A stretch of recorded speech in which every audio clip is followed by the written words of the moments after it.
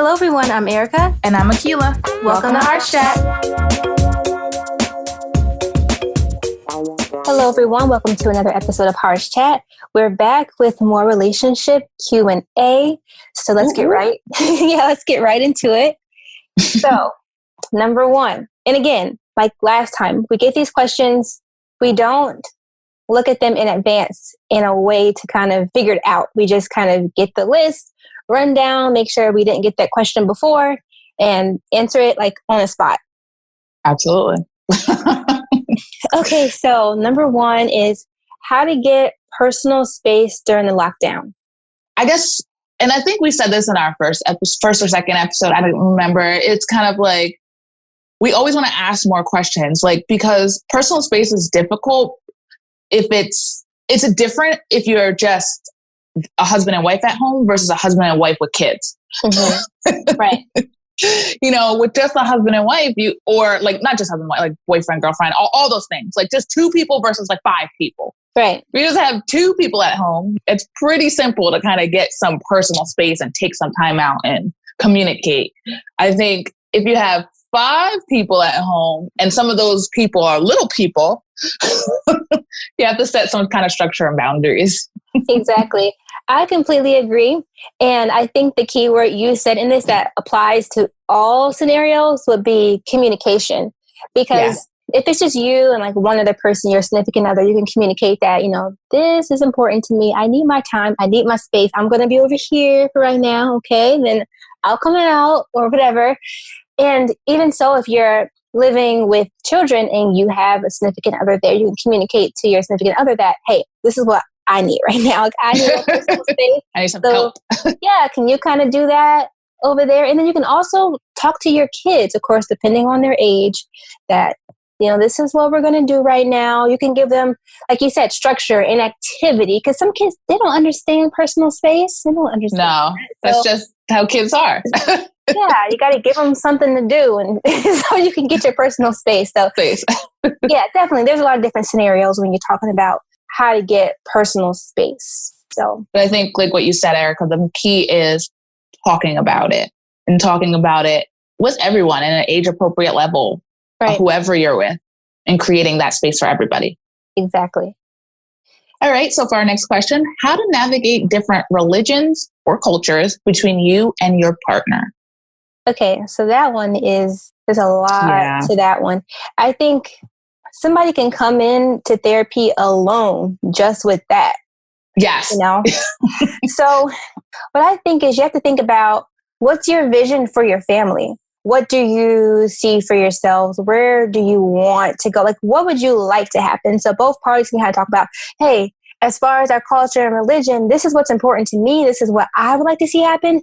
And then have your partner say, okay, this is what's important to me. Let me see, you know, what I would like to see happen. And then maybe come together and see what commonalities there are and maybe work from there.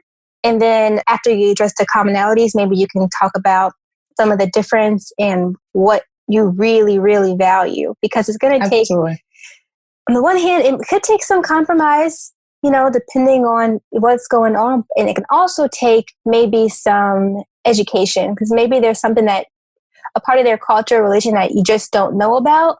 So maybe you have to, you know, educate each other on each other's cultures and backgrounds and religions and see, you know, what you think is going to work for your family based off your, you know, your vision for your family. Erica, I can't agree more to what you said. This is really an important question to talk about before really getting serious with someone, because once you get really serious with someone, like, some of this is going to be difficult to navigate because, you know, you have a stronger bond, and then it's like, well, if I have to compromise here, I don't want to compromise here. And then you're at a situation where, are you going to be together or not? Yeah. So I think it's really important, and I'm not even talking like right before marriage. I'm just talking about just when, like, starting to talk about building any kind of future together, because there are some religions and some cultures that may not mesh well. And that's just being realistic. And if you guys can't come to a compromise with that, then it's going to be really hard to sustain a relationship. Especially, I think if your vision is doing these things together and you Yes, come to a place that that's just not realistic for your life, that's not going to work, then maybe it's not going to look like your vision. It might look different. absolutely. Are you okay with that? And that's what it is about. Are you okay with whatever you're compromising with, and that you won't hold resentment later in life? Mm-hmm. Exactly. Okay, our next question.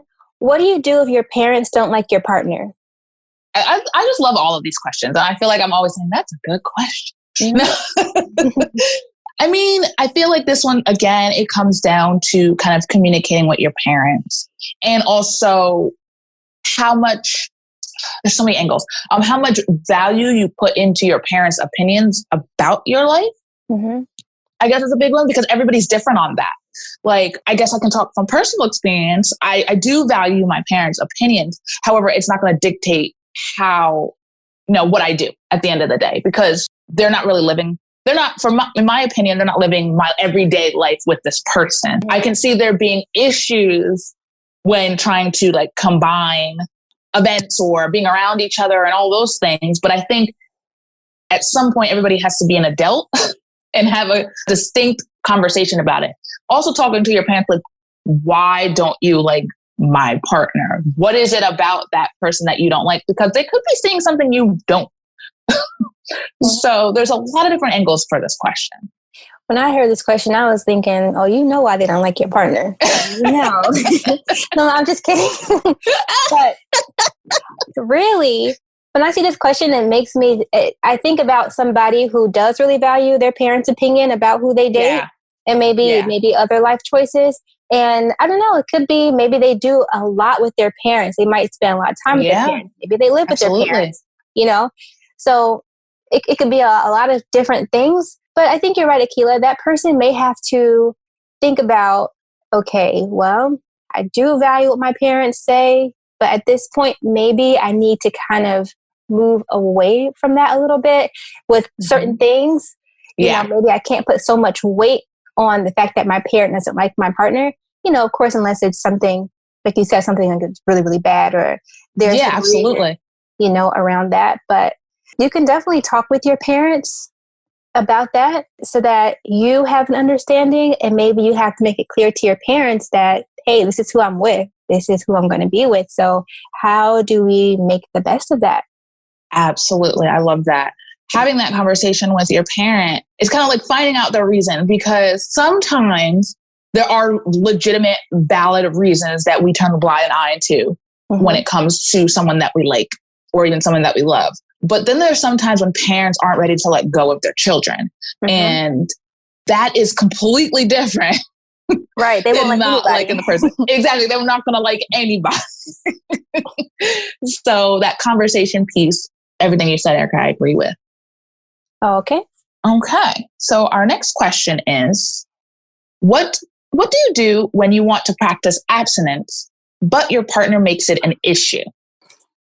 So this is something that kind of goes back to a lot of what we've been saying, communication, especially in the beginning of your relationship. And this could be like an awkward question, or, maybe you think it's too soon to talk about. But if you know that those are your beliefs and that it could potentially come up at some point, that's something you can bring up. I mean, not on a first date, of course, but somewhere early in your relationship, or maybe the first time it actually comes up, you can have that conversation so that you don't talk about it too, prematurely. But if that's something that you strongly believe in and you want to do and your partner doesn't, you have to ask yourself, well, is this going to work? Because if you want to practice abstinence and your partner doesn't, then what does that mean? Are they going to say, okay, well, I'm on board with you, I'll do that with you? Or are they going to step outside the relationship and be with other people? Or do you decide as a couple, well, it's fine for you to be with other people?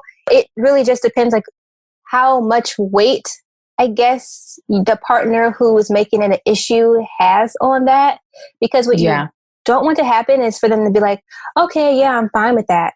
And then you find out, no, you weren't. Clearly, you were not fine with that because there's resentment, or, you stepped outside of the relationship, or now the person feels pressured.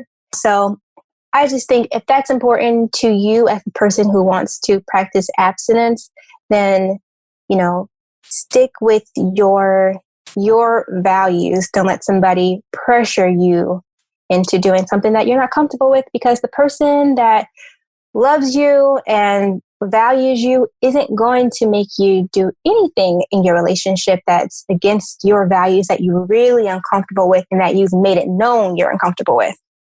Yes. Okay. So I think this also depends on where you are in the relationship. On the other hand, from what you said, Erica, I think you should actually talk about this in the very beginning, because sex is a part of a relationship. And if somebody comes into the relationship who wants to be abstinent, there's nothing wrong with that, but that might trigger something in the other person if they find out later about it. And it's like, oh, like what? Like, I think you have to gauge that the people. I think it's something that it should be talked about pretty soon in the relationship, just so that you don't come against roadblocks, because there are some people who aren't okay with it, and you don't want to get into too far into the relationship and then find that out. This question really reminds me of that question we had before about the whole, like, when can we introduce the whole love language thing? Oh, it's almost like that was all. Yeah. Well, I don't know. I personally, never mind. I'm not going to go there, but it's like, okay, it's fine. It's okay to, like, let's not talk about the love language stuff because that's too soon. We don't want to scare anybody away talking about love, but let's talk about sex. Yes. Yeah. I think that's such a cultural thing too, like a societal thing. Yeah. Because that's not intimate. That's not intimate. It's not at all, come on. So, I agree. Crazy. From our standpoint, like, we want to talk about all this up front, like, okay, so what is this and what's that? Like, I don't want to get into the situation where I find out later you don't like this, like, but to each their own kind of situation. To each their own. But I think one of the things that Erica said that was so true is, if you bring this up and your partner has an issue with it, it may not be the right person to be with. Now, the other way I thought about this question is, if this was brought up and say you've been already intimate with your partner, but you've decided to become abstinent for whatever reason. Because everybody has different reasons as to why they decide to do that later on. That might be a different scenario because your partner's then used to it. And then it's kind of, I feel like that, how would you handle that? Just adding on to this question, because that's how I thought about it. And I was like, Yeah, you got to communicate. You have to be on the same page. You got to know the expectations. But at the end of the day, relationships are a risk. They're true either way. And sometimes, things don't pop up and come up naturally and perfectly. And when you think it's the right time for it to come up, people are unpredictable. Very true. You have to do what makes you feel okay. Right. And we didn't get through that many questions, but that is the end of our time today. So we'll have to pick up the rest of these questions next time. And we do have a lot.